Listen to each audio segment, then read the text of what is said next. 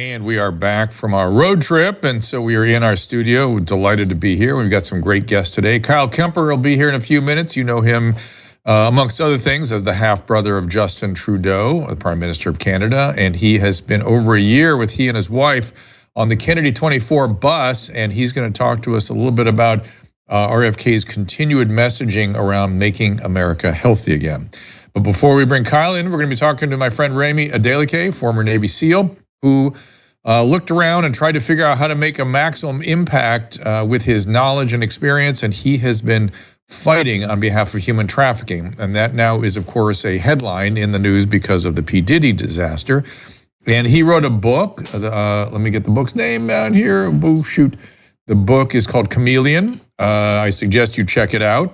You can find out more about, right there it is, Remi on X, Remi, R-E-M-I, Adeleke, Adeleke. Be right back with Remi after this. Our laws, as it pertains to substances, are draconian and bizarre. The psychopaths start this way. He was an alcoholic because of social media and pornography, PTSD, love addiction, fentanyl and heroin. Ridiculous.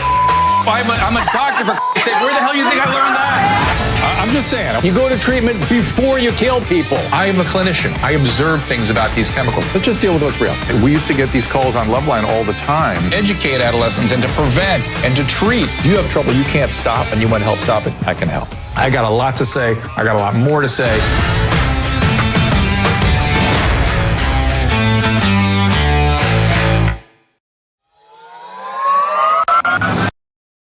I want to teach you about pharmacogenomic testing. This is changing the way we approach healthcare. By analyzing a patient's genetic profile, pharmacogenomics helps physicians personalize drug treatments for more effective results. First, it enhances medication efficacy by predicting how a patient will respond to a specific drug, reducing the trial and error process, especially in mental health care. For example, it can guide the choice of various medications to minimize side effects and improve outcomes. In the long run, pharmacogenomic testing leads to cost savings. It shortens the time to find the right treatment and avoids expensive side effects. It also supports more personalized care, helping physicians make better decisions and ensuring that treatments are tailored to each individual's unique genetic makeup. Test simply requires you to swab your cheek, then you send in the sample to our lab. Discover the power of personalized medicine with pharmacogenomic testing. Tailor your treatments based on your unique genetic makeup. Reduce trial and error, avoid side effects, find the most effective medication for you. Take control of your health today. Go to drdrew.com/checkgenetics. That is drdrew.com/checkgenetics. Joint and muscle pains are exhausting and frustrating, but I've got a over-the-counter medication I want to introduce you to that provides great relief using the power of, check it out, chili peppers. Capsidin is made with a proprietary formula that contains no non-steroidal anti-inflammatory agents, no opioids, no anesthetic or steroid, nothing, no chance for addiction, no side effects. No chance it's going to interact with other medication you might be taking. Capsidin contains capsaicin, which is the substance in chili peppers that burns your tongue. That gives you that burny feeling. And of course, I've recommended capsaicin creams to patients over the years, but other capsaicin creams burn your skin. That's what makes capsidin so unique. In clinical trials, capsidin has actually been demonstrated not to burn. I've been using capsidin to relieve my pain in my hands and my wrist from carpal tunnel syndrome and arthritis.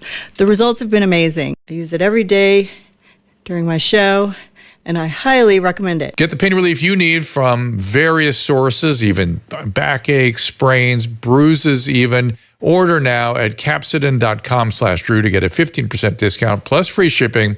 That is CAPSADYN, capsidin.com/DREW.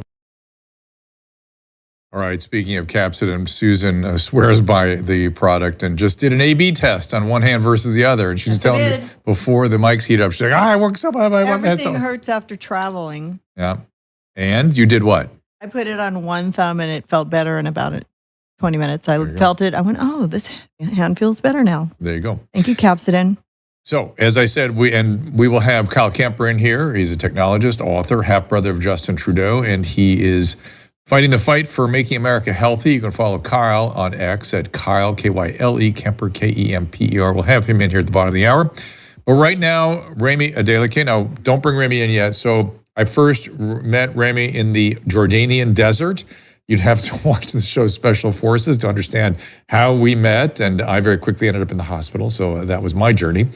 But he and I made contact once we all returned from the region, and he's been on this show a number of times. I suggest you check out one of those shows where he tells his story about how he got involved as a Navy SEAL. It's quite inspiring. I mean, I did not know this about him when I met him in the desert. I thought he was inspiring already, but his story coming from Nigerian royalty to being cast out of that country, to growing up in the Bronx, to finding his way to the Navy is just an incredible story. But today, I want to focus on his cause, which is human trafficking. He put out a film, The Unexpected, which exposes the story of human trafficking and human trafficking victims. He has a book called Chameleon. Please support him and get the book. There is the book.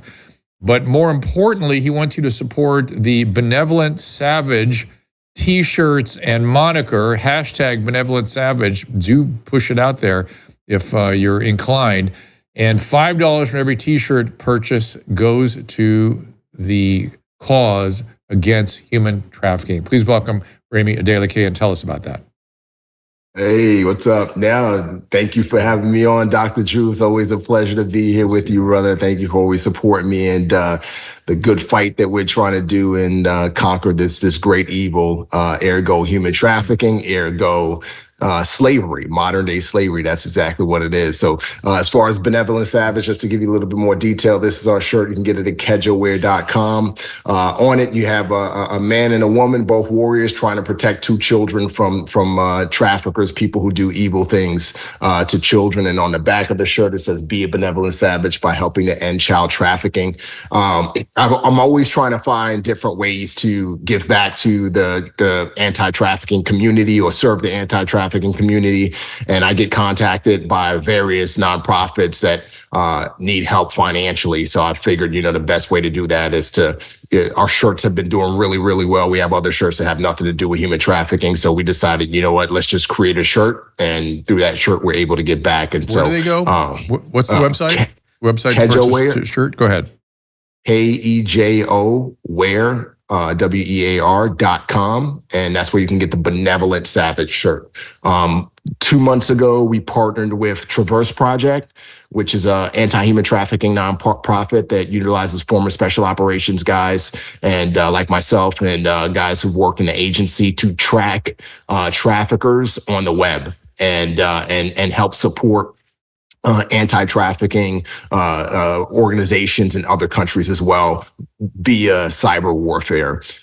This month, we're partnering with Lantern Rescue. Lantern Rescue is another anti-human trafficking nonprofit that essentially puts boots on the ground. So former special operations guys, former SEALs, other units that I can't mention here to go into countries and rescue kids trapped in child trafficking, but also bring to justice Americans who travel to said places to purchase kids for sex. Sadly, Americans, we're the driving force for a lot of child trafficking overseas, and then also for a lot of content that's viewed here in America, but that's made with children who are trafficked. So those are two great nonprofits that I partner with, so your proceeds will be going to them. So you mentioned you dropped a couple of little bombs in there. First of all, you said the agency. What agency were you referring to?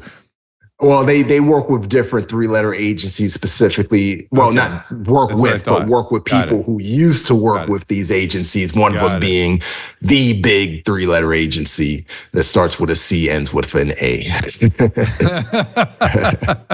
I get you. Yeah. And then the other thing you dropped in here is that we are the major driver of consumption of this material. That is Yes. disgusting. Do we Yes. have? Is that just because we have more available resources and money, and so we are sort of the focus of these operations, or do we have a really, really effed up serious problem here in this country? Or We have both? an effed up series. We have both. America is there's a lot of Americans with money. And when we say money, I don't mean millions of dollars. I mean just enough money to be able to pay for things that they like to pay for.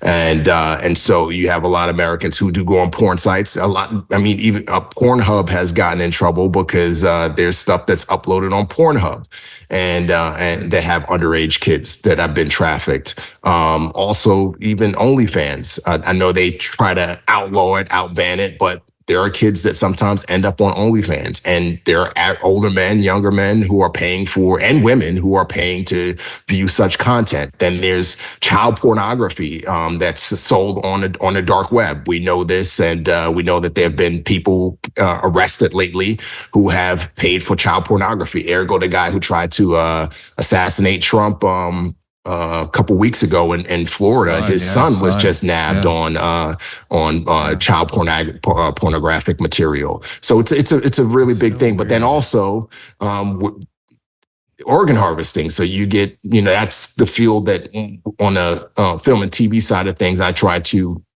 use my platform to expose that area, because that's an area that's not highlighted often. But you get a lot of Americans that travel down to South America, Mexico to get certain procedures done. And in some cases, you'll get some people who will travel overseas to pay for a transplant. And there are a lot of stories that are, and we've talked about this on previous podcasts before, so I won't rehash the whole thing, but there are stories out there of people who purchase organs on a black market, Americans who will purchase organs on a black market in other countries. And the victims are often impoverished victims that have no choice but to either give up a kidney so that they can have enough money to last a year or two, or don't, and their kids starve. So I won't go down that long, dark path, but yes, we are the consumer of a lot of, and the utilizers of a lot of content, material, services, forced labor, go down the list of different forms of trafficking. We benefit from it. It just makes me mortified, shudders. I don't know what to think of it. I mean, it's sort of, first of all, you alerted me to this problem. It's because of you that I began to understand it. I just imagined, for instance, that the organ harvesting thing was sort of a rare urban legend kind of thing, but you showed me how that's not true. And then on the sex trafficking side, this is the first time I'm hearing that we're the main perpetrator. So talk to me about the sort of the range of what we mean when we say human trafficking. And again, I think it's something on people's mind because they're like, what was P. Diddy guilty of? What did he do? What was going on there? Is that some of the same stuff? And do we, and I guess part of my question would be, is every prostitute human trafficked, or on some level, or you tell me what the range is? Okay, so I'll start with the first part of the question. We're not the main perpetrators, but we are the main consumers and the benefactors of trafficking. You know what? I'll tell you what. That is. There would be no perpetrators if there was no market. That's true. And so we are guilty. We have a problem, man. That should be you're making me think, man, I always knew we had a spiritual vacuum here, but wow. We got to do something about this. Yeah, we drive the man. So when it comes to human trafficking is a blanket term. And often when people hear the words human trafficking, they immediately go to sex trafficking, right? Because it's because a good portion of human trafficking does fall traffic purpose, and there's obviously sex trafficking. There's forced labor. There's organ harvesting, as I touched on. I interviewed a guy a couple years ago. I think I spoke about this when I was on your podcast, who was trafficked from Venezuela to Colombia and Colombia to America with the promise of being snuck across the border to be able to get access to America.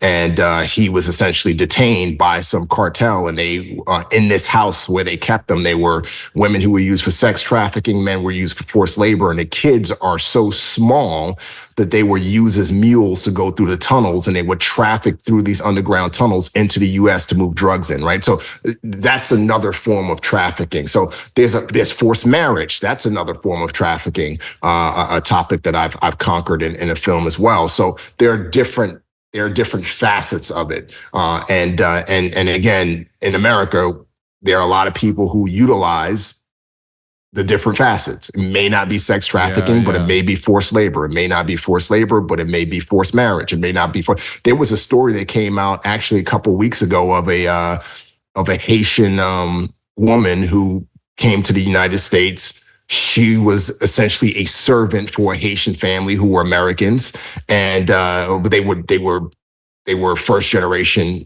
Americans, and she was pretty much working 24 hours a day, nonstop, slave labor for nothing, absolutely nothing. And she was threatened to be sent back if she didn't do her work. So that's a form of trafficking. And you mentioned marriage, a forced marriage film. What is that? Tell us about that, and then remind them again where they get the T-shirts. Yeah, so I wrote a film and a short film called The Unexpected, and that's on YouTube now. And thank you for pumping that, Dr. Drew. I've gotten a lot of comments from people on that YouTube link saying, "I'm here from the Dr. Drew episode. I heard you, and Dr. Drew pushed me away." Get more over there. Unexpected. It's pretty hair raising. It's pretty intense. Yes, yeah. And speaking of that, before I don't want to lose my train of thought before I get to the forced marriage portion of the film, what I'm trying to do. But I dropped a link in the Zoom over here, and it's a link to an article that just came out today. And I'm gonna read you the headline of that article. It says, Yazidi woman freed from Gaza in a US-led operation after a decade in captivity. Wow. Here's the interesting thing. You've watched the short film, so you know, but the victim in there was a Yazidi girl who was taken by ISIS and essentially trafficked. Her and her sister were trafficked to different parts of the world. Now, I'm going to read you another excerpt from this article because this literally just came out a few hours ago today.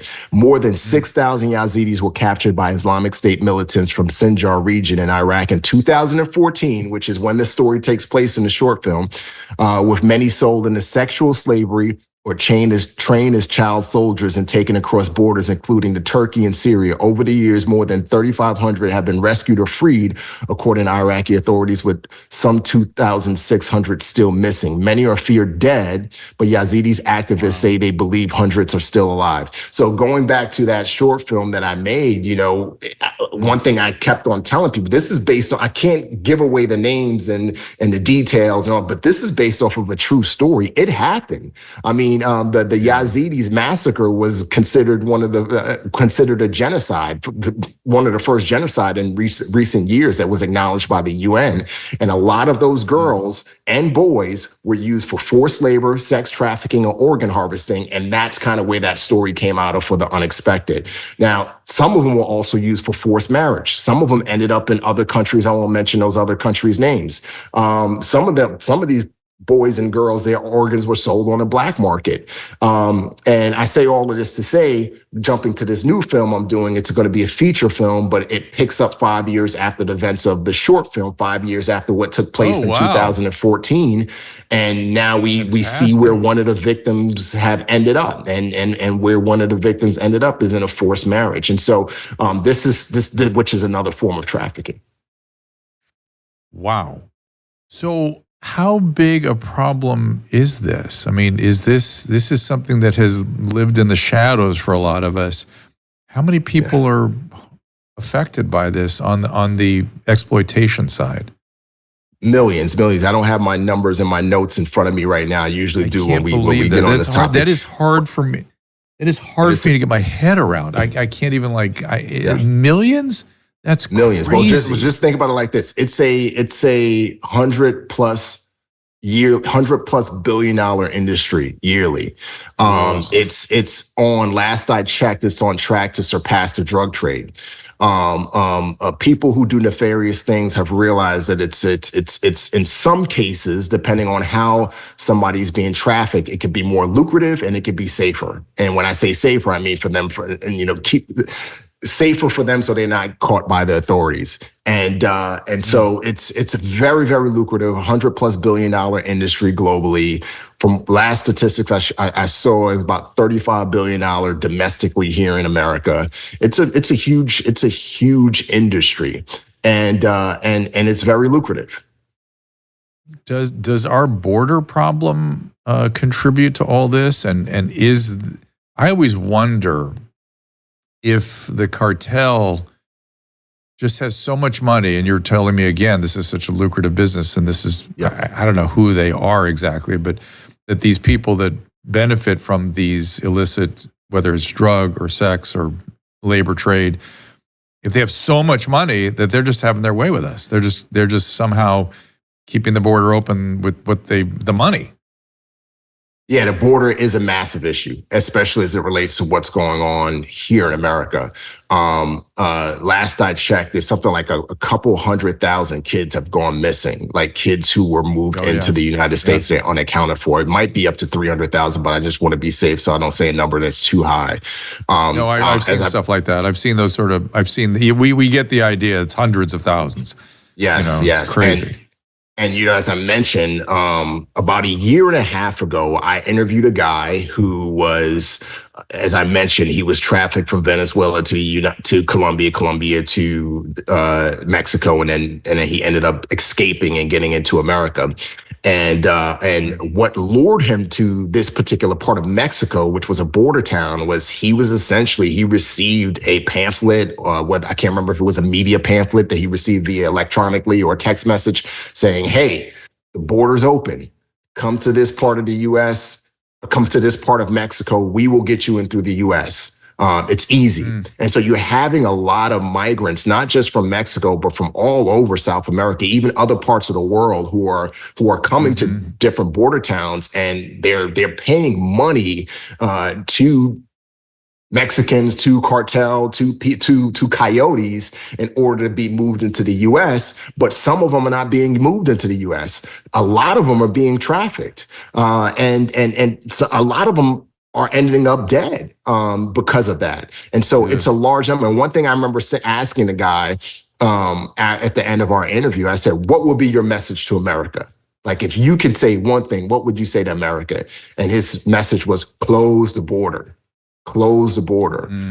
There are people who are taking an advantage of the system, and they're taking advantage of people's desperation, people who want to get inside the United States, and they're luring them and they're using them. And a lot of these people are ending up dead or ending up missing or ending up trafficked and shackled and not able to leave the situation that they're in. And so the border does play a major factor in all this going on right now. I mean, look at what's going on in New York City. You can't walk the streets of some inner cities in the Bronx, and you have all of these prostitutes from Venezuela, and they're not under their own control. They're not under their own control. They're being trafficked. They're being pimped out. I mean, pimping is like the nice term, right? That's the PC term. They're being trafficked and used for sex. Whatever somebody pays, which is typically in a lot of cases Americans, whatever Americans pay to have sex with these Venezuelan migrants and other women who are being forced into this field in New York City, in Colorado, in some of these places, that's going to these traffickers. And the Bronx is your old home, your old stomping ground, so to speak. And so have you been back up there and seen them? I mean, you would notice it, right? You would be aware of what the difference is and how big the problem is. Have you seen it? Oh, I haven't seen it. My mom lives there. So my mom, she updates me all the time. My mom still lives in the Bronx, right? And so I keep up with current events in New York as well. But my mom does. She's the one that updates me. She'll walk down the street, in New York, and there's all of these prostitutes, all of these, and a lot of them can't speak English. And so it's really sad. It's a big problem. And we've, sadly, and our laws have enabled it. They really have enabled what's going on. And yeah, it's bad. It's bad.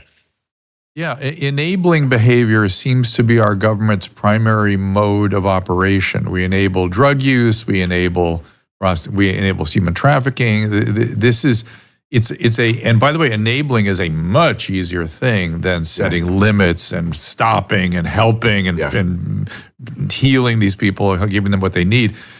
So I was thinking about that just yesterday. It's funny you use the word enabling, and they get to the point unfortunate. I'm going to say that. I'm not going to make you say this, but I'm going to say this, that it's unfortunate that our government officials have something called qualified immunity because they're engaged in negligent manslaughter. It is negligent freaking manslaughter. It's what it is. Yeah. And let's call it what it is, what it is. And you can't get at them because they have immunity.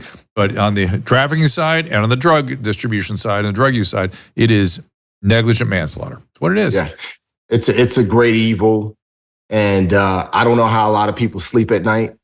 And it's just, it's sad. And you know, there are a lot of good organizations out there that are fighting a good fight, but it's almost like you get out there and you do the work. I've been in a country. I shared this with you, I think the first time I was on here talking about this, but I've been in a country, you know, where, you know, doing anti-trafficking operations where the parents sell their daughters, you know, who are as young as 9, 10, 11 years old to traffickers because they're desperate. And sadly, you know, and then the traffickers take the daughters to a different part of this particular country, and Americans and other Westerners from Canada and other Westerners from Europe come over and pay for sex with these very, very young girls. And so, you know, it's that's happening on our border. That's happening in border towns, and it's absolutely sick. It's sick, and it's something that more people absolutely need to be aware of. And that's why I'm grateful for you to.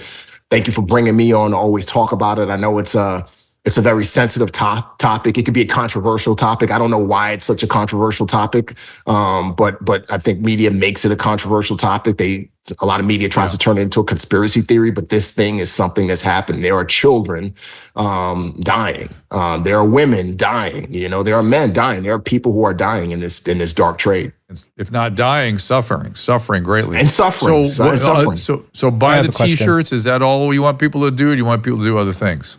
Yeah, a couple of things. So, you know, buy a T-shirt. If you want to support the cause, as I said, a portion of each shirt you purchase at kedgeware.com goes to go get some T-shirts.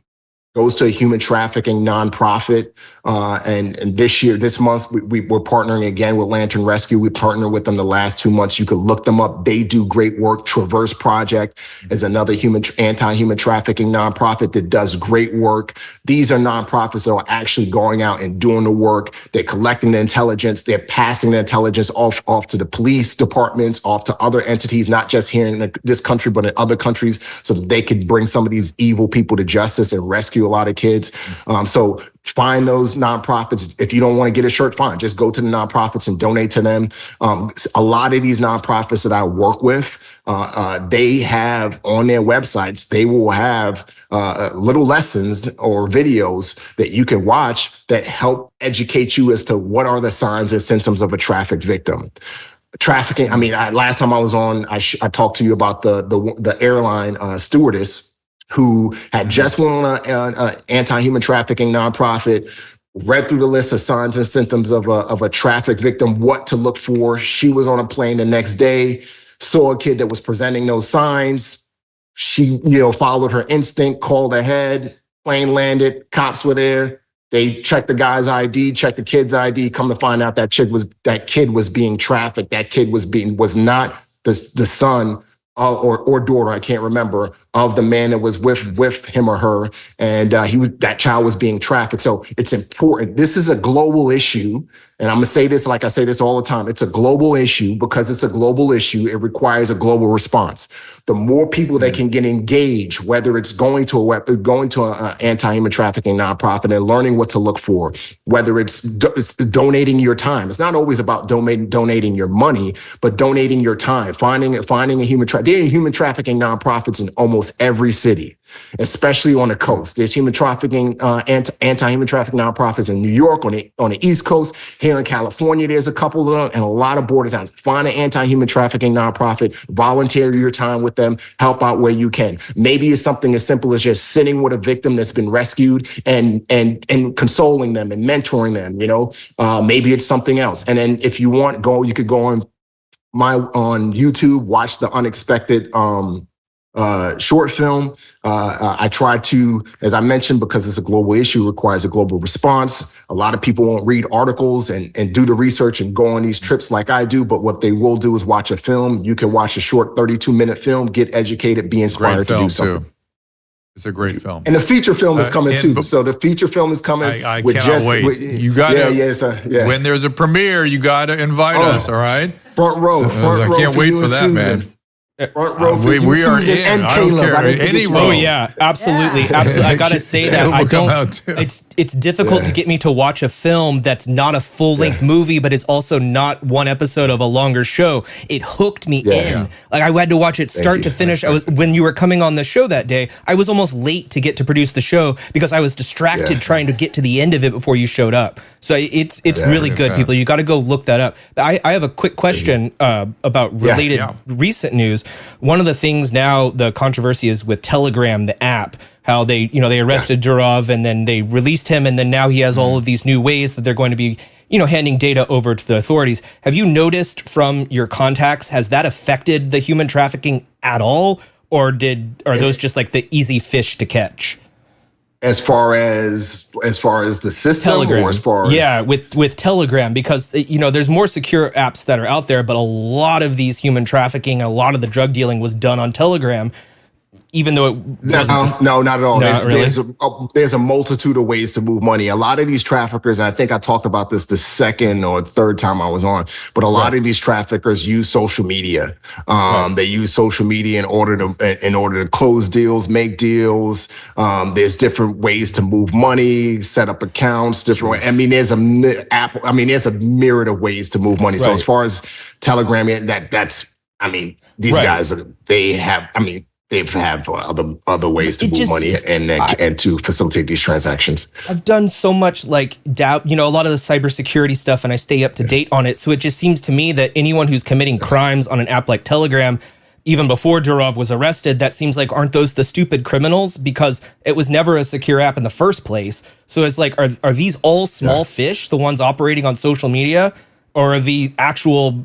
I guess I'm assuming criminals are smarter than they might be, but to me, it just seemed like that was kind of almost like a hoax in a way. Because to me, I thought no criminal would be so stupid as to run their business on an app like Telegram or to broadcast themselves on Twitter where they can get caught.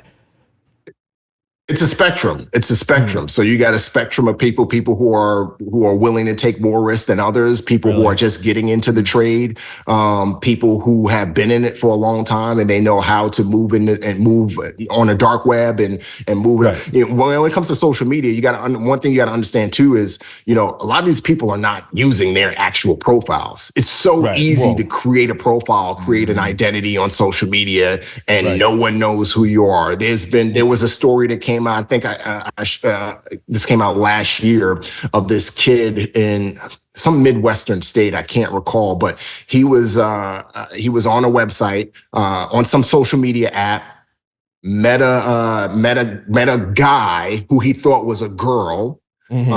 This guy was in Nigeria, of all places. This girl, he got all of these pictures of this particular girl. I don't know if she was dead. I don't know if she lived in another state, and he was posting these pictures. He created this entire profile, and he had posts all throughout this entire profile for months, maybe even years. And he used that to catfish this kid. This kid essentially, he sent pictures that he shouldn't have sent because he was in love, right? And the Nigerian guys who were essentially catfishing him said, "Hey, you got to give up X amount of dollars, or we're going to tell everybody what you've done." This kid ended up committing suicide because he didn't want to get exposed. It's like a different aspect. It's not quite into the human and organ trafficking side, but what you're talking about is the people like 764, I believe is the number 764, where it's groups that are actually being run by other teenagers. These are teenagers who have they have messed up minds, but they're also very, very smart, and they're manipulating. Like the kid, I just read an article a day or two ago about it, where this whole online grooming gang of people that were, terrorizing hundreds of people around the world was actually run by a kid who was like 16 or 17 in America. He was the top guy, and he got a high just from the specific ways that he was able to manipulate like kids like 7, 8, 9 to 11 years old on the internet. Remi still feels guilty for running tennis shoes 20 years ago. I can't fathom. And it's like, well, how do you even, I guess this is off the topic of human trafficking because this is more of like demented minds. I think it's on the topic of human trafficking. And I brought up that example, because there's another, that ties to it. I was just bringing that example because that's fresh in my mind as to how these traffickers and people are able to create these identities, right? They're able to create these these worlds, these IDs essentially, and move through them. And so just to kind of tether that to an actual, real world example of what happened in a trafficking space in 2021 or 2022, there was a girl who had met a guy on Instagram, and they had been chatting on Instagram. This guy showed up to a Dallas Mavericks playoff game.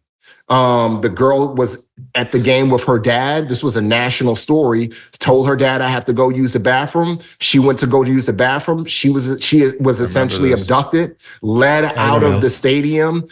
They didn't find, it took 3 months for them, or it was like 2 or 3 months, I believe, for authorities to find her. They didn't believe the dad. The police in Dallas said, "Your daughter ran away. This is a runaway case." He was like, "This is not my daughter. She would never run away." He ended up contacting an anti-human trafficking nonprofit that scours the dark web to try and find victims. I think a lot of them were former veterans who ran this specific nonprofit, if my memory serves me right. They found her on the dark web. She was being sold on the dark web. That story was a national story. She ended up getting rescued. 4 of the people that were in the house where she was being held were at the game that night, about a month or 2 months earlier. Wow. And so again, what's happening is they're creating these profiles. They're using social media to find victims and lure people, especially young, naive kids, into coming, and then they disappear. And it's very, very sad. It's very sad. That's the scariest part, especially because like I have kids now, and so I'm just thinking I'm worried about the adults that are out there. But then I'm not even thinking about other kids, like teenagers that are starting to do this. Wow. Teenagers are starting to commit these crimes against other teenagers by posing as a whole list of different profiles. And that's the high that they get. It's manipulating someone else. They don't care what happens after. It's just the manipulation side. And that was the scariest thing, is reading about that kid and that online gang and finding out that it was a teenager in charge of the whole thing.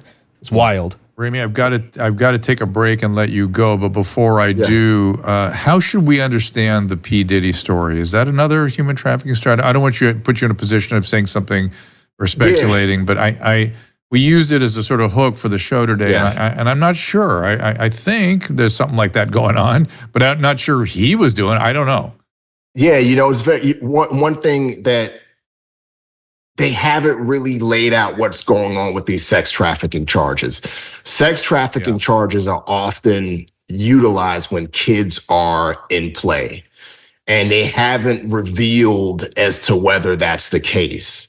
For me, at this point, there's a lot of ambiguity around it. As far as him putting him in a position where he looks like he may have done a lot of shady stuff, he has certainly put himself in a position. Did he use his power to put other people in positions that they may not have necessarily wanted to be in? All the evidence is pointing to yes. And coercion is a very fine line as well. And so he didn't do himself any favors based off of what has been released. But I am under the belief that there is a whole lot of more information that the DOJ has not released yet that points to him being guilty. That's just my belief, because you can't hold him on sex trafficking charges unless you have concrete evidence. And all of these videos of these freak offs and adults having sex and doing all of this stuff, and adults being like, that can help.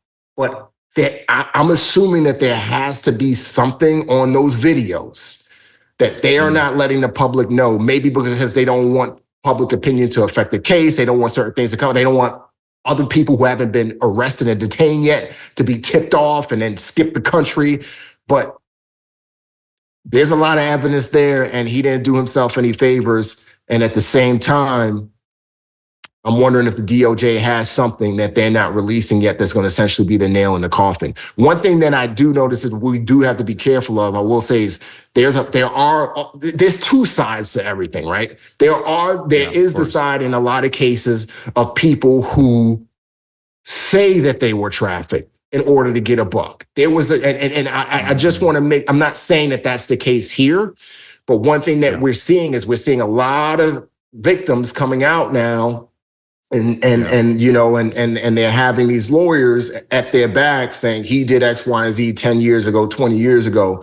And I'm not saying they're lying, but it's just like there is that side where people, there was a big story that came out about 2 months ago of this woman who had repeatedly said she had been trafficked, and that wasn't the case.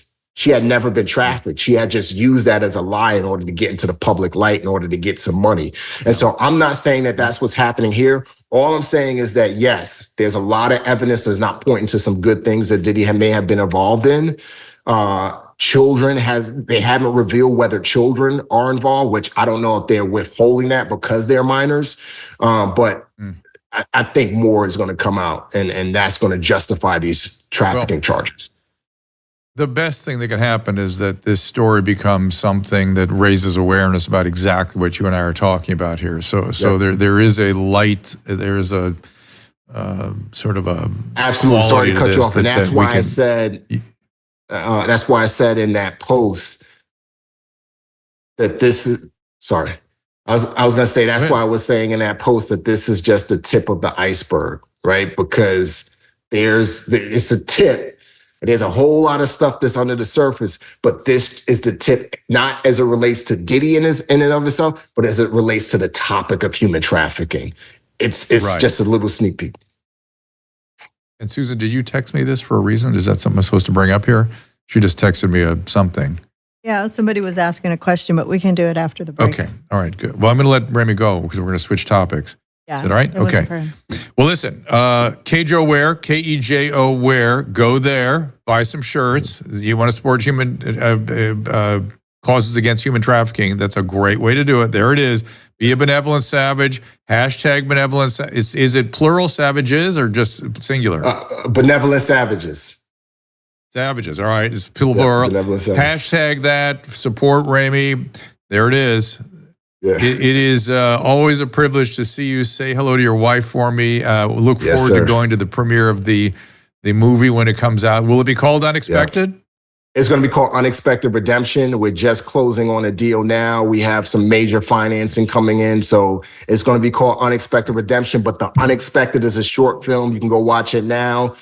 The events of Unexpected Redemption take place 5 years after the events of the short film. So you want to check that out and get educated.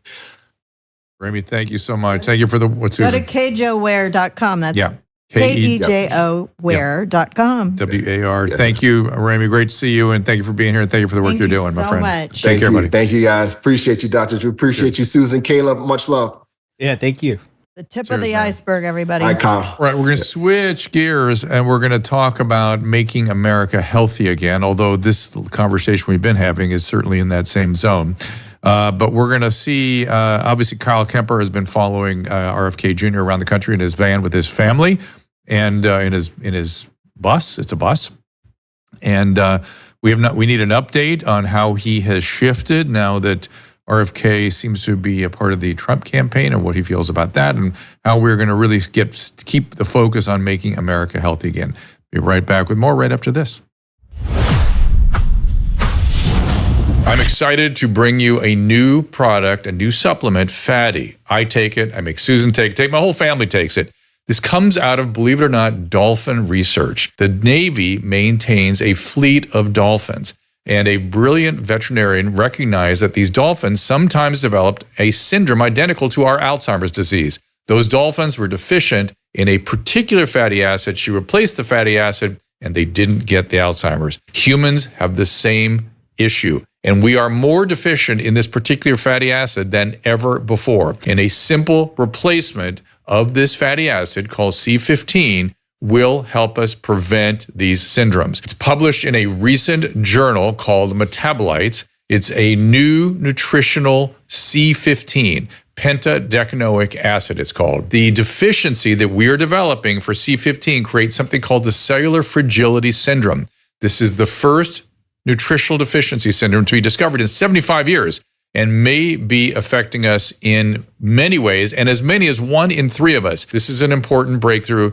Take advantage of it. Go to fatty15.com/Dr. Drew to receive 15% off a 90-day starter kit subscription, or use code Dr. Drew at checkout for that 15% off, or just go to our website, drdrew.com/fatty15. Many of us have not gotten over COVID. I'm not talking about the virus itself, but the response. We were flabbergasted about what the government could do to us. There is no telling what they might pull next time, and it's looking more like there will be a next time. So we all have to be what I call rationally ready. That's where the wellness company comes in. TWC is about access to physicians via telehealth, access to potentially life-saving medication. Years ago, having access to medication and telehealth might have seemed crazy, but now it seems crazy not to. Now, with claims that gain-of-function research have been done on the bird flu, I urge everyone to take control of their healthcare with the help of the wellness company. Go to drdrew.com/TWC for 10% off all their products, including the 4 medical kits, each of which has a different purpose. And we've added Tamiflu to one of them in case the bird flu does become a problem for humans. Be rationally ready. drdrew.com/TWC for 10% off. Dr. Drew said the best way to quit drinking is by going cold turkey, and he's a doctor, so why would you question doctors? Dr. Drew called me unfixable.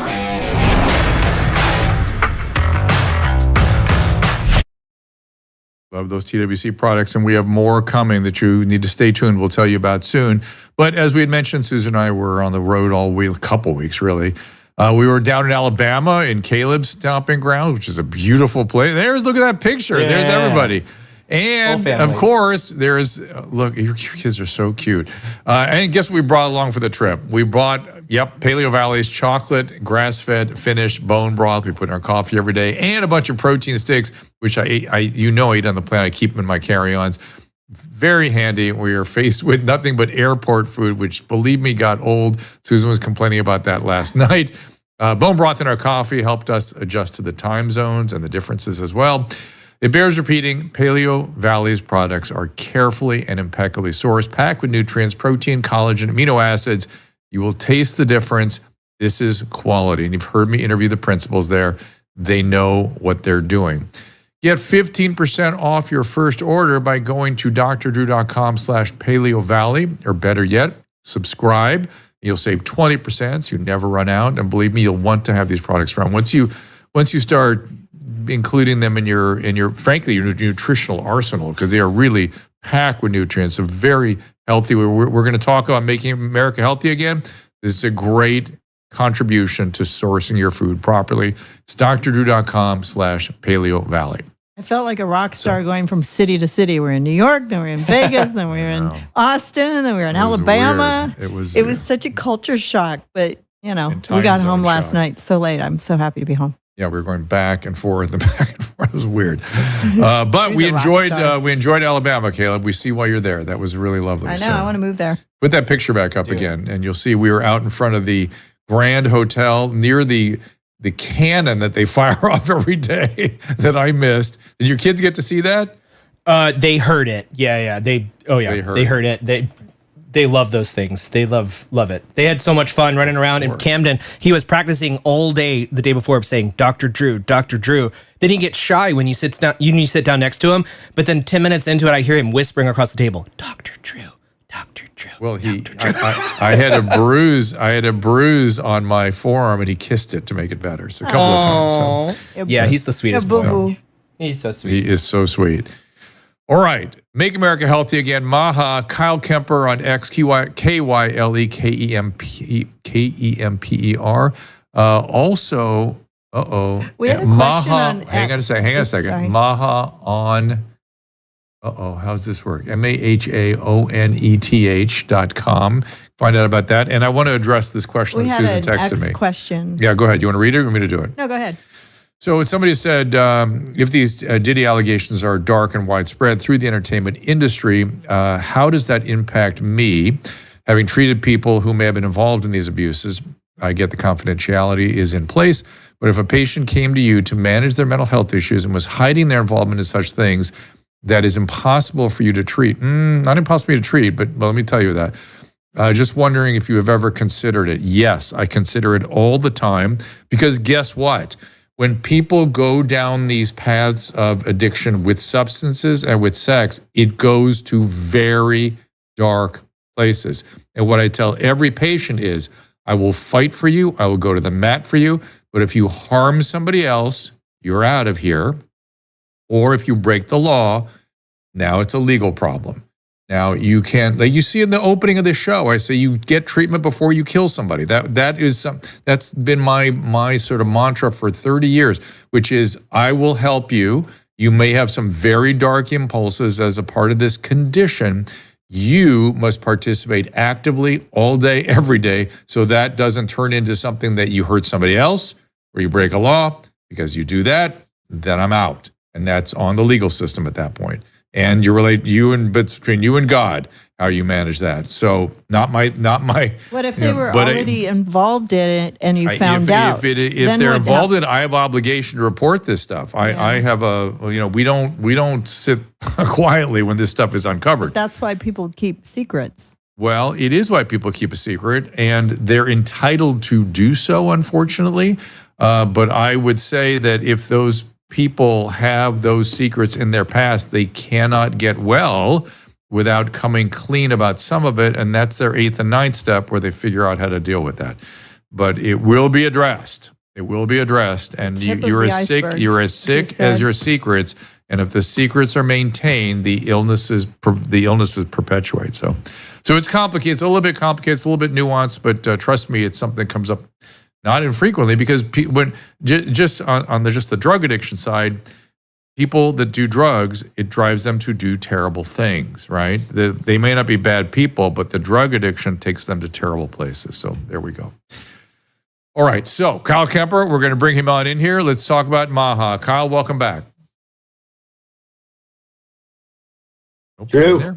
There you are. I'm sorry to keep you waiting so long, but always good to see you. So are you out of the bus now? Is the bus continuing? Tell me, update us where you are and how you've adjusted. I'm out of the bus. I'm at home in Sarasota. We just did a caravan up to Washington, D.C. for the Rescue the Republic rally that happened this past weekend. It was fantastic. We had the bus, we had a Maha Cybertruck and a Maha Hummer pulling the Maha token trailer. And, we dropped in very hard with a bunch of the world leaders in this space, and a lot of the Kennedy campaign forces and activators, along with a lot of the Trump and the MAGA team are kind of coming together. There's this unity coalition. It's very exciting. This weekend was beautiful. It was peaceful. It was high vibration. And we've got some amazing content dropping tomorrow, in fact, highlighting some of the incredible actions and activities that as a community we were there. Where's it going to drop? Where can we see that? It's going to drop on Twitter. It'll drop on X. Okay. It'll drop on mine. And that's on your website? Something fell down behind you. Oh, that's one of the newspapers. That was the other thing we've got. Bring it forward. Check that one out. Oh, yeah. This is New Independent. We printed out 20,000 of these for Washington. And Kennedy endorses Trump on one side, Make America Healthy Again. Unity Coalition emerges. But then this is the big thing. Kennedy endorses Trump. And Dick Cheney endorses Kamala Harris. Okay. Yeah, interesting. And honestly, every Democrat who's been around, who harkens back to the Iraq War, to the Afghanistan War, we all know that Dick Cheney is one of the most perverse neoconservatives, warmongers, profiteers out there. The fact that he has endorsed Kamala Harris, and Kamala Harris is not only like, accepted it, but is celebrating it as some sort of vision of coalition. Yeah. Come on. Anyways, Drew, how you talk to me. The one thing I've been saying insofar as my participation in the RFK experience and phenomenon, I just keep saying we need this man in Washington. I don't care in what capacity, but we need that brain in Washington. What do you imagine, or is there a plan for if former President Trump is elected? Do you have any sense of where he's going to be deployed? Absolutely, and Bobby said so as much. So before getting into where exactly he was deployed, let's just kind of go over how we got to this point. Bobby initially ran as a Democrat, recognizing just how undemocratic and corrupt and centralized and secretive the Democratic Party is. He chose to run as independent. He gave it everything, committed more than $15 million towards getting on all the ballots. As soon as he started getting on all the ballots, the Democrats were challenging him in court in every state to get him off of the ballot. And it became clear that, he was going to be underneath this lawfare attack. And then there's this challenge that he's going to split the vote as well from Trump and Democrats. And if it's close, a three-way, we'll just say this Democratic Party and their globalist agenda operative, this matrix that supports them, they cut corners and are willing to cut corners. So the risk was too high. And Bobby had to sit for a very long time with this, and then engaged in discussions with Trump, and ultimately realized that, President Trump is the right man at this time to be able to get behind. And Trump has promised and inferred and invited Bobby to participate in his administration, but also to participate now in the administration by helping set up the transition team. In 2016, when Trump came into office, he wasn't really expecting to be president. And once he became president, all of a sudden the neocons circled him like nothing else and convinced him that this was the right course of action to do. And he ultimately ended up putting some less than the best people around him. Well, this time he's not going to make that same mistake. He's not going to get fooled. He's got Bobby the Remedy Kennedy by his side. He's got Elon Musk, Tulsi Gabbard. There's just such a great group of kind of people representing different backgrounds coming to assure that, this next 4 years, from Bobby's perspective, he wants to protect the children and he wants to make America healthy again. And make America healthy again makes individuals as well as society and system-wide. And so we've heard him obviously talk on food safety and vaccine concerns. Does he have he must have a war plan, like he must have because he told me, for instance, he said if he became president, the first thing he would do would bring in the 3 major medical publications and say, you solve these weird influences that are affecting who and what you publish, or I'm going to prosecute this all your organizations under a RICO. Is he still planning to do things like that, or has he laid out a plan, or is that still kind of something he's keeping under wraps? I mean, I don't have that kind of information as to what exactly the plan is, but I know it's the people. And oftentimes, we've heard the president is just one person. It's the people behind him. And for me, when I watched that debate of Kamala versus Trump, I could just see that, in my mind's eye, I could see behind Trump was we the people, was just lots of energy. And behind Kamala Harris, it's like it was almost tethered with a microphone to the matrix, to the large corporations that seek to control through fear and division. And this is the battle. This is our David versus Goliath kind of moment. And in terms of what those actions are, I think Bobby, had he been able to become president, he would have been like a wounded manatee in a sea full of sharks. As president, also trying to pass all these initiatives. So with Trump, there's an opportunity for 4 years of cleaning up this swamp, this disgusting, toxic swamp that empowers and emboldens pedophiles and human traffickers, and drug traffickers, these poisonous industries that are constantly attacking us. And so there's an opportunity to really clean this thing up. And Trump can be that front man who also needs to really take back that role of being Mr. You're Fired, because there's a lot of heads that got to roll in terms of cleaning up this. It's a very large apparatus, this government, but there's an awful lot of opportunity, especially with the caliber of people that are coming together. Making America healthy again. And I've heard mostly him speak about vaccine safety and about childhood illness and about chronic disease burden and about food supply, or the tainted quality of our food, whether it's the addictive quality or the additives, whatever it is. Are those the main? Because I've not heard, for instance, what strikes me and I find interesting, I've not heard him, I'm sure it's on his mind, but I've not heard him really talk about the healthcare delivery system so much, which is also a mess. But I think he's going at things a different way. In the past, people always attacked healthcare delivery, and we're going to have Obamacare and this and that. Now we're going to say, hey, we're just going to make Americans more healthy so they don't have to worry so much about the healthcare delivery system. Is that accurate? Bingo. It's a sick care system. It's not a healthcare system.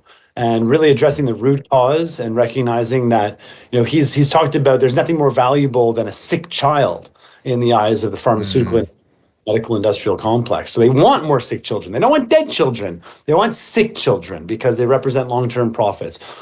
That's wrong. That's morally repugnant. That's disgusting. That's evil.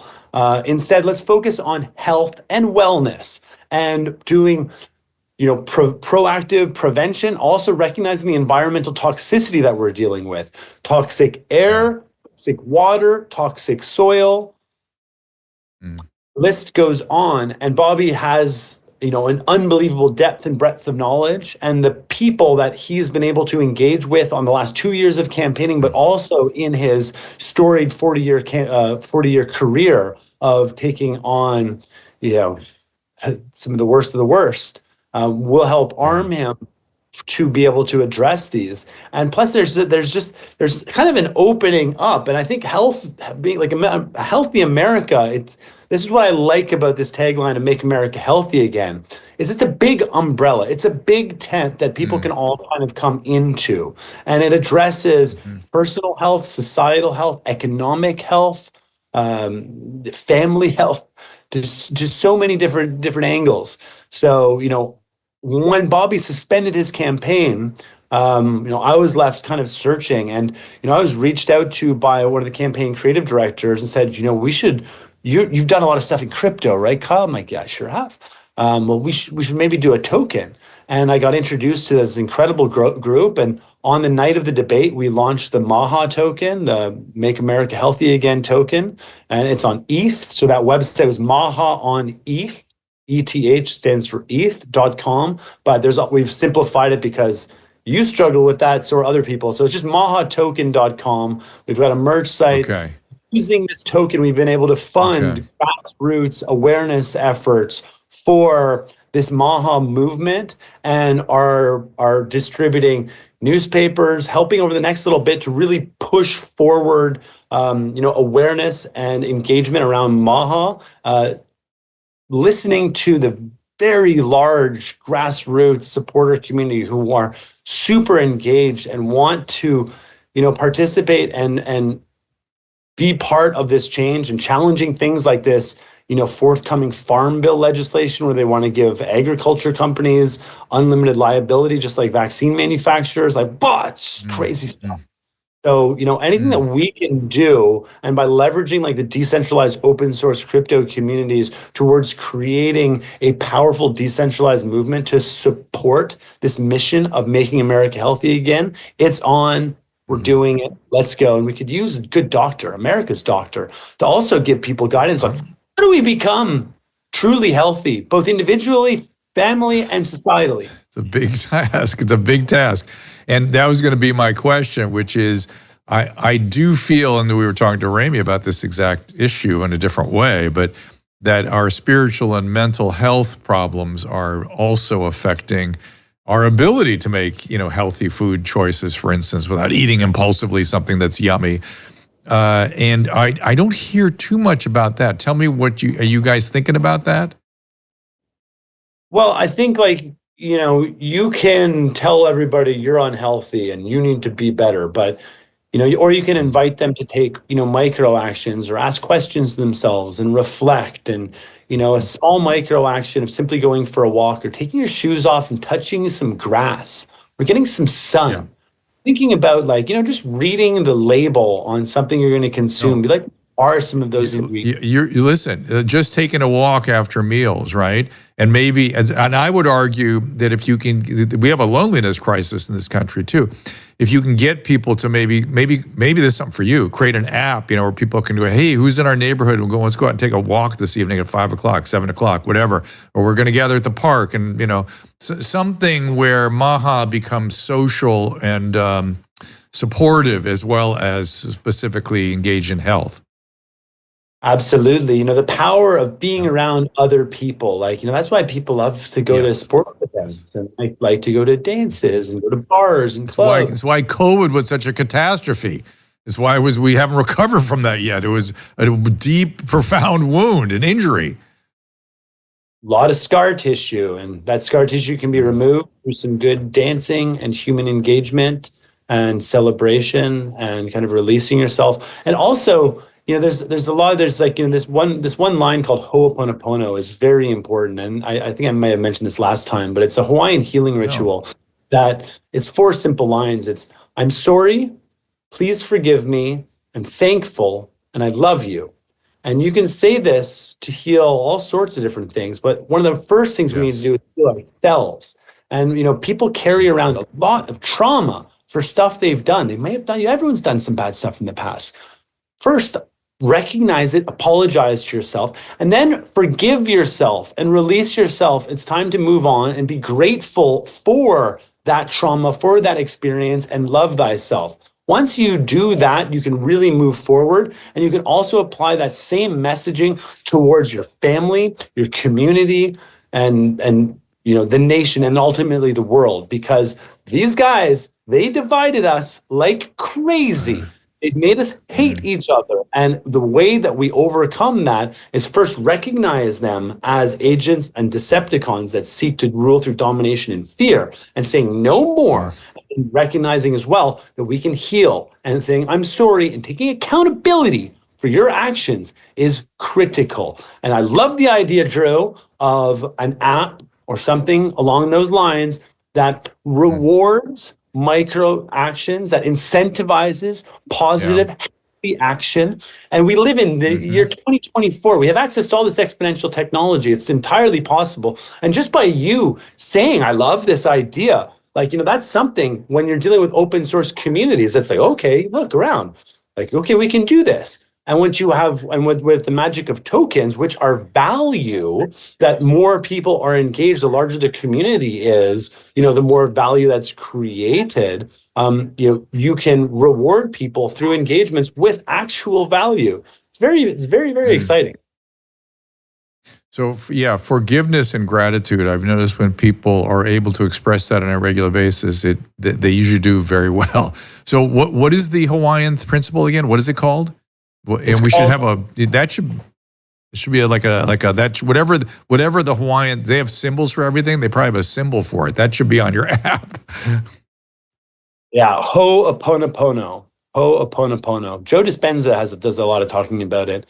And Ho'oponopono, I met Tulsi Gabbard a couple of times. The first time I met her, I didn't want to give her, I didn't want to really say anything to her. I just gave her this sticker, and on the back I just wrote Ho'oponopono, because prophecy says that great healing will come from a mother from Hawaii. And so, and with Tulsi being in this role, and she also brings this aloha energy, which is I come with love, I come with an open heart, and I come with respect. That's fantastic. It's one of the pillars. The other pillar is this Ho'oponopono. And if she can become a light and messenger and an educator around this practice, we can heal.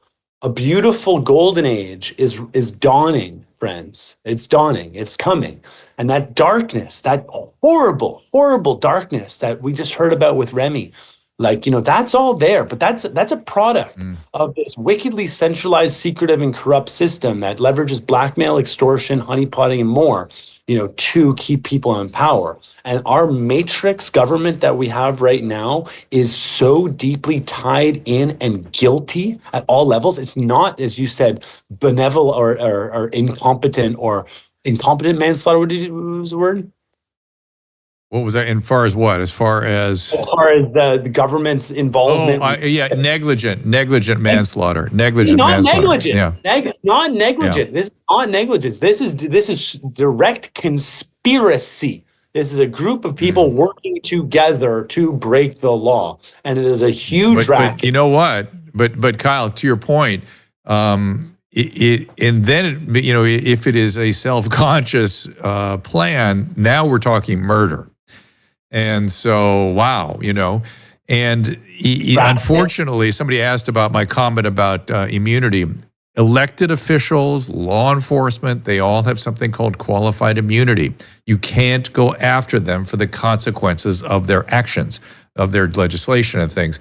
And that there needs to be some crack in that armor, because that's how they get away with this bullshit. Yeah, well, and at the highest level, I'm sure there is a remedy for it, and in this age of technology that we have, we should be able to identify and clearly stop it. And the fact that it doesn't and isn't stopped and isn't being addressed goes to show how high it runs. And, oftentimes at the bottom of the pyramid, there'll be little scapegoats that get picked off. And every now and then someone mid-chain, like a P. Diddy, might get exposed. But, right to the top, no. I think Podesta got in a little bit of hot water around that. And all of a sudden, that went real friggin' quiet. Yeah. Not going to get into that because I want to focus forward. But these are some of the unhealthy challenges. Ho'oponopono. That's where we need to put the focus. And people who have done bad things too. It's like, because this is there's a lot of people that have been in there. And the first thing you got to do to yourself, or even doing it publicly, is forgive yourself. Because if you did the deal with the devil, if you participated in some sort of human sacrifice, like satanic ritual, you might think your soul is lost, but it is not. You can still find salvation, but it starts not with the Almighty, it starts with yourself, and recognizing and taking accountability for your action, for apologizing, ultimately forgiving, and then choosing right action moving forward. Well, my friend, I've got to wrap this up. Where do you want people to go? What kind of support you need? Give them the pitch. Yeah, so you're all invited to participate in making America healthy again. We've created this decentralized token. If you don't know anything about crypto, I highly encourage you to learn more. There's all sorts of information about how to participate. If you go to mahatoken.com, there's a token page where you can learn more about our mission and what we're doing. We have a Telegram. I invite you to come in, join it. It's a token Telegram. It's a little noisy. It's a little wild, but please ask questions. Everybody's very friendly, and together we want to build. You're invited to participate as well, and we've just released an onboarding form, which you'll find on the website, where you can basically share your superpowers and how we can get involved, because I seek to, through this container of the Maha token, to create a radically collaborative and radically powerful exponential organization to support this concept, this high-level purpose of Make America Healthy Again in a myriad of fashions. And there's so much energy that I've realized from the campaign space that we need to find ways to come together underneath this purpose and channel it. So you're invited to go to mahatoken.com to find the link for our onboarding form, to enter that, to come in, to get involved. As well, there's an opportunity as more people become aware of this. We've got big drops coming up. The price of these tokens generally goes up. Since after launch, the price went up a lot. It's kind of came back down. It's a very, very good time, let's say. So you're invited to learn more, share the information, join in, grab yourself a hat. and let people know that you're committed towards making America healthy again and being part of we the people in a fight against the Matrix. Thank you, I love the way this has shifted and focused, and I just dig it. I think this is awesome. I like the Ho'oponopono aspect. I think it's very, and some of the people on the restream were educating me that this is a physician that worked in a psychiatric hospital or a doctor that came up with this and was able to get everybody out of the facility through gratitude and forgiveness. And it's the same thing as 12-step. It's the same kind of idea. It's the same stuff. It's just a distilled down version of it. It's good. I like it. He didn't even see the patients in the psychiatric ward. He was just had a lot of that whatever power, and literally went through the full file of every person within there and did the Ho'oponopono practice on all of them and cleared it and cleared that energy. And we've got to clear this dark energy, folks. We've got to heal ourselves. We've got to heal this nation, heal this planet, and let's go Ho'oponopono. Thank you, my friend Kyle. You sold me. Go to Kyle Kemper on X, and also the mahatoken.com, which I'm on, where you can get all the good equipment like the green hat or the red hat or whatever, and to support things and get some tokens and keep an eye on what Kyle is up to. So I appreciate you being here, my friend, and please let me know how we can support you going forward. Appreciate you. And remember, Kennedy endorsed Trump and Dick Cheney endorsed Kamala Harris. What side are you on, folks? All right. Thanks, Drew. Thanks, Susan. Cheers. Thanks, Kid. Thank you, Cal. All right, so let's look at our schedule here coming up. We got a lot of things coming tomorrow. Susan's going to be in here at noontime, I think. Shane Cashman is my guest tomorrow. Shane Cashman. Does anybody know who that is? Tell him. Oh, yeah, he's been on the show. Some people know who he is. Yeah, he was on the show before, but he's going to come in. We're going to talk about some fun stuff with 2 psychic mediums. Excellent. And also, I don't know if you guys missed last week's show. We had Mob Wives on, and that show's doing really well. I'm so excited. But yeah, he wants to talk about, let's see, he gave me a list of things that's on his mind. Right? Tomorrow noon? Yeah, he wants to know about the election, World War III, spiritual warfare, the proliferation of evil, the afterlife, and the fracturing of reality. It's not all that far from what we're talking about today with the Ho'oponopono. Next week, we're going to bring Sasha Latipova back. She is obviously a brilliant, what do we call her, a pharmacy technologist or engineer who has manufactured pharmaceutical agents in the past and is able to easily point at the shortcomings in the vaccine rollout. Emily Kaplan, she is part of Broken Science. We're going to bring her in here. She's another great voice out there. And then I'm going to challenge my commitment to free speech. I'm going to bring Alex Jones in here on Wednesday, and then Dr. Robert Malone on the 10th. Chef Gruhl comes back on the 15th. An upheaval of society. And Dr. Scott Atlas on the 16th. So we got a lot of great guests coming up here. We appreciate you guys being here today. We appreciate our guests. Do support, if you're so inclined, Remi and Kyle.